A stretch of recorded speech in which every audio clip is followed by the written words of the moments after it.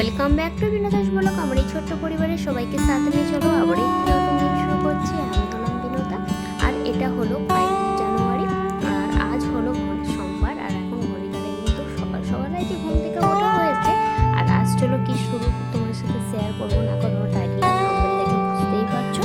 আর আচ্ছা, সবার প্রথমে সবাইকে কিন্তু আজকে তোমাদের দিই তেমন কিন্তু ঠান্ডা পড়ে, সেটা কিন্তু অবশ্যই কিন্তু জানিও আজকে। আর আমাদের এখানে বিশাল পরিমাণ ঠান্ডা পড়েছে, এত ঠান্ডা যে কাঁপতে কাঁপতে ঘুম থেকে উঠতে হচ্ছে।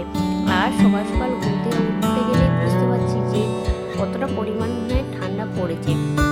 এবং কিন্তু ঘড়ি কাটায় বাজে 5টা 30-এর সময় ঘুম থেকে উঠছে, এখন ঘড়ি কাটায় বাজে সকাল 6টার মতো। আর ঘুম থেকে উঠে ওদিকে মেয়েকে স্কুলে পাঠিয়ে দিয়ে তারপরে এদিকে এসে জানলারে খুলতে। আর জানলা খুলে দেখতে সত্যি কথা বলতে বাইরে জানলা যখন খুলছে না, একটা দমকা ঠান্ডা হাওয়া মানে মুখের মধ্যে এসে লাগতেই পুরো মানে মনে হয় আমি যেন বরফের দেশে চলে গেছি, এত পরিমাণ ঠান্ডা লাগছে। আর এদিকে ঠান্ডা তো হবেই, তার পাশাপাশি এই যে আমাদের এখন উপর ঘরে কিছু কাজ হচ্ছে। আর এই সমস্ত কাজগুলো হচ্ছে বলে ঘরগুলো না একটু বেশি যেন নোংরা হয়ে আছে। দেখতে পাচ্ছ পুরো ঘরের কি অবস্থা। আজ জানি না মিস্ত্রিরা আসবে কি আসবে না, তবুও প্রতিদিন যতই ধুলোবালি সমস্যা ঘরের মধ্যে হোক, কাজকর্ম যতই হোক, তবুও প্রতিদিন কাজ ফাঁকে একটু করে সময় বের করে নিয়ে যদি প্রতিদিন এরকম একটু পরিষ্কার তাহলে অনেকটা ধুলো ময়লা জমে না। আর একবারে পরিষ্কার করলে কী বলতো অনেকটাই ধুলো ময়লা জমে যায়।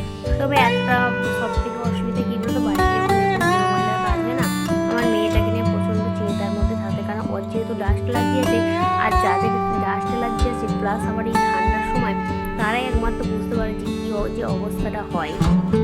এ টু জেড মানে সব সময় বলতে পারো পরিষ্কার পরিচ্ছন্ন রাখতে হয় বাড়ি ঘর। আর শীতকালে আমি যতটুকু জানি পলিউশনটা বেশি, আর তারপরে ডাস্ট যাতে তাদের সত্যি কাজ কিন্তু বেশি হয় সেই জন্য। আর তারপরে যদি বাড়ি ঘরদের এরকম পুরো ময়লা বা ধুলোবালির কাজ হয় তো আরও দেখতে নেই। সেই জন্য সকাল সকাল ঘুম থেকে ওদিকে মেয়ে যখন থাকে তখন এইসব কাজগুলো করতে পারি না, কারণ ও হাতের সামনে কিন্তু সবসময়ই থাকে। আর সেই জন্য ও যখন স্কুলে চলে যায় ফাঁকা টাইমে আমি এই ধুলো ময়লা কাজগুলো করে নিই। আর আজকে এই সমস্ত কিছু ধুলো ময়লা কাজগুলো পরিষ্কার করে নিয়ে আমি স্নানটাও করে নেবো। এই নাও একে ঘরদোরগুলো ভালো করে ঝাঁট দিয়ে দিলাম, কারণ পায়ে পায়ে বালি ঘিস করে না একদমই ভালো লাগে না। আর আজকে তোমার সাথে শেয়ার করো সকাল 6টা থেকে এই মানে কনকনে ঠান্ডায় বলতে পারো সকাল 6টা থেকে ঘুম থেকে উঠে মেয়েকে স্কুলের জন্য রেডি করে তারপর সংসারে যাবতীয় কাজকর্ম থেকে শুরু করে এ টু জেড কী করে টাইম মতো সমস্ত কিছু শেয়ার করছি সেসবই শেয়ার করবো। আর ওদিকে তো ঝাঁট দিচ্ছিলাম তবু ভালো ছিল। তারপর যখন জলে যখন হাত দিচ্ছি ট্যাঙ্কির জল এত পরিমাণ ঠান্ডা, পুরো মানে হাত থেকে হাতের হাড্ডিগুলো মনে হচ্ছে যেন আলাদা হয়ে যায়, এত পরিমাণ ঠান্ডা। কিন্তু ঠান্ডা লাগলেও কিছু করার নেই, সংসারে প্রতিনিয়ত কাজকর্ম তো আমাদেরকে করতে হবে, তাই না? তাই চলো ঠান্ডার জায়গায় ফেলে রেখে দিয়ে নিজের কাজ করি। আর সত্যি কথা বলতে কাজ যখন শুরু করি প্রথমের দিকে একটু ঠান্ডা লাগে, তারপর কাজ করতে করতে যখন কাজের জায়গায় মানে কাজের মধ্যে যখন এসে যায় তখন দেখবে কাজ মানে শরীর থেকে ঠান্ডা বেশ উধাও হয়ে যায়, তারপরেই বেশ স্নান করতে বেশ ভালো লাগে।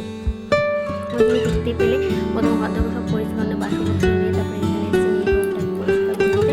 আর তোমাদের কাছে প্রত্যেকবারের মতন ছোট্ট রিকোয়েস্ট, যে সমস্ত বন্ধুরা আমার চ্যানেলে নতুন আছো, তোমাদের যদি আমার ভিডিও ভালো লাগে প্লিজ তোমার চ্যানেলকে সাবস্ক্রাইব করে লাইক করে এবং কে কথা দিয়ে দেখছো সেটাও কিন্তু অবশ্যই জানো। হ্যাঁ, আমার সব থেকে আরেকটা জিনিস ভালো লাগে, কিছু কিছু বন্ধুরা আছে দাদা ভাই দিদি ভাইয়েরা আছে, তারা আমার ভিডিওটা দেখছে কিন্তু আমি জানি না, তবে যদি দেখে থাকো তারা অনেকে আছে যারা আমার ভুলটা কিন্তু আমাকে সংশোধন করে দেয়, বেশ ভালো লাগে। আর যে সমস্ত দিদি ভাই দাদা ভাইরা আমাকে প্রতিদিন সুন্দর সুন্দর কমেন্টগুলো করার জন্য সবাইকে অসংখ্য ধন্যবাদ। ঘরদরে জামা কাপড় শীতকালে কী বলতো সকাল সকাল ঘুম ভেঙে গেলে ঘরের ভিতরে এই যে টুকটাকটা কাজগুলো করতে কিন্তু বেশ ভালো লাগে। তাই সময়টাকে নষ্ট না করে ওদিকে ঘরের ভিতরে যে জামা কাপড় গোছানো, একটু শোকেস গোছানো, এগুলো কিন্তু গুছিয়ে নিই।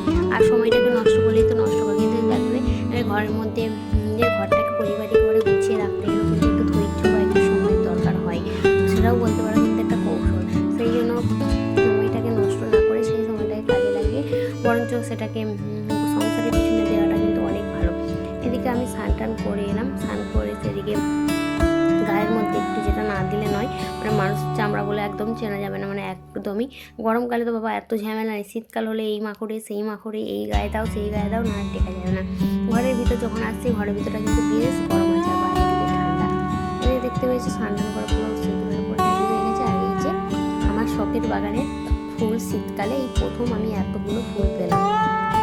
আর এত ফুল পেয়েছি যে কি বলে, যে পুজো করে সত্যি খুব ভালো লাগে। নিজের হাতের ছাদ বাগানের ফুল দিয়ে পুজো করতে কার না ভালো লাগে, তাই না? আমাদেরকে দেখতে পেলে পুজো পাঠ সমস্ত কিছু সারলাম, কাঁচা ধোয়া থেকে পুজো পাঠ থেকে সমস্ত কিছু সেরে এদিকে রান্না বান্না বসাতে এসেছি। আর রান্না বান্না আমার মেয়েকে দিলাম মানে প্রথমে মটরশুঁটি ছাড়িয়ে দিলাম, ওকে ছাড়াতে দিয়েছি। আর ও দেখো কি বলছে, মটরশুঁটি ছাড়াচ্ছে তো বটে, তার থেকে হাফ মটরশুঁটি মিটুকে খাই দিচ্ছে। আমি এসে দেখি দেখো মিটু খাঁচার দিকে দেখলে ভালো করে দেখতে, ও দেখো আবার দিচ্ছে, মানে মিটু খাচ্ছে আর তার সাথে ও ছাড়াচ্ছে, কিন্তু তার থেকে বেশি ও মিটুকে খাওয়াচ্ছে। আর যেই বলেছে বলতে সঙ্গে সঙ্গে বলে আমি আর ছাড়াবো না, আর ঠিক আছে তুই রেখে দে, আমি আমার কাজ করে নিচ্ছি। এই বলে আমি আমার এদিকে রান্নাঘরের দিকে এলাম।